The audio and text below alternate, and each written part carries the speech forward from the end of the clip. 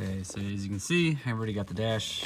It's already apart from when I took these out, but we're gonna put this guy in first. That should go in pretty straightforward, and there's just a couple plugs on the back. And then when we put that guy in the cluster, I've got to figure out the dimmer as well as the shift light, kind of get that set for now, and then I can always change it later, but we'll get that installed, plug everything else back up, put all the panels back in. We should be good to go. So, all right, let's see how this works. All right, so first things first, we'll do the HVAC. It's just got 3 screws in the back. Pretty straightforward. Just take these guys out.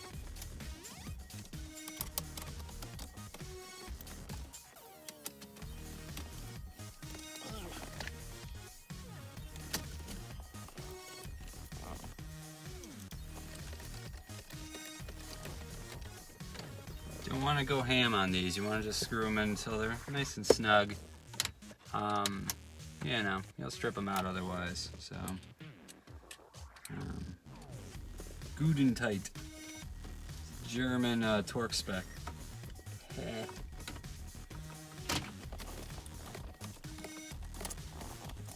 Alrighty, so there we go. These guys look like they're in. It's nice and flush. So there you go.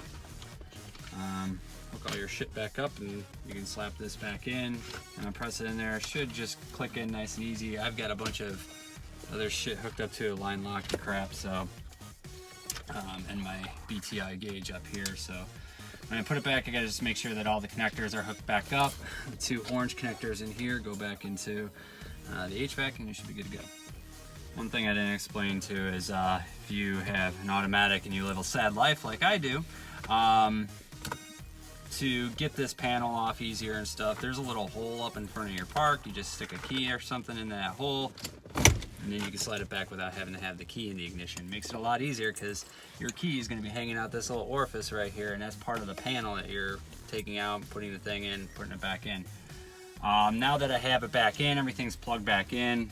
Before I move on to doing all that, I'm just gonna turn this on, see if we got some power here. And as you can see, it looks like, not sure if it's picking it up well, but yeah, it looks like there's nice bright lights here.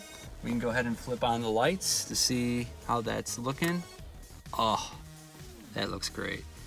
Not sure if it's being picked up in video quite well, but man, it is a very vibrant, nice color to it.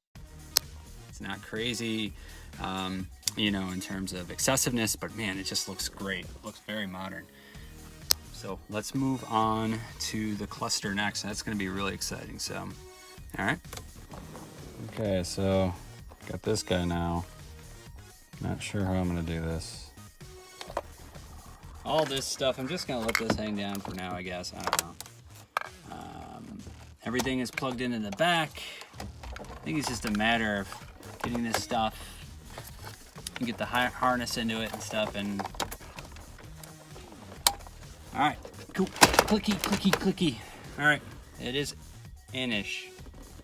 So just gonna fire this up. Well, not fire it up, but turn it on. Okay. Looks like it is there.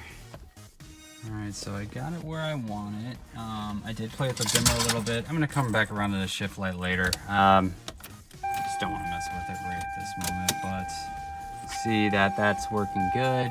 The dimmer I just shoved back in here along with the shift light lever. So I left that as is, but as you can see, when you dim it down, you know, it comes on light, and then you can go up a little higher. So the car dimmer still works with the additional dimmer. It's just you can kind of fine tune what you're gonna be, and so I have it about there. But you can see you can kind of brighten it up. But I like that range. So probably keep it right there for most of the nighttime driving. I can turn it up if I really need more brightness, but I think that's kind of the level I want it at. And we'll just go ahead and put some screws back into this guy, and then put the other piece back on. We should be just about done. This all in there secure. The panels back in. Fished out these guys to connect to the top piece here for the odometer and the hazard lights, as well as the other side for whatever security stuff goes over on that side. So I just gotta put this guy back in here. There's just a couple clips that hold it on each corner. Pop right in. Basically, that's how it's gonna look. Very sharp. And then, yeah, we'll connect these guys up, and then there's like 5 screws that hold it in up top there. I bought some extra ones from Toyota, and yeah, whatever. So anyway, yeah, this is almost wrapped up, and then I'll have to put the little console on over here, and then yeah, we should be pretty much. Okay, so this is how the gate came out. As you can see,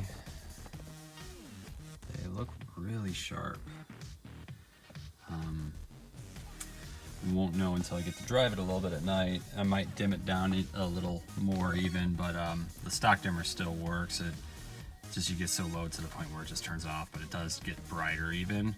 So I've adjusted it down to about where I want it, which is about there for night driving, but I'll have to just see how it looks when I'm actually out driving it. But I don't think that's too bright. But yeah, these things look super, super sharp. So, okay, that's all I'm doing for now.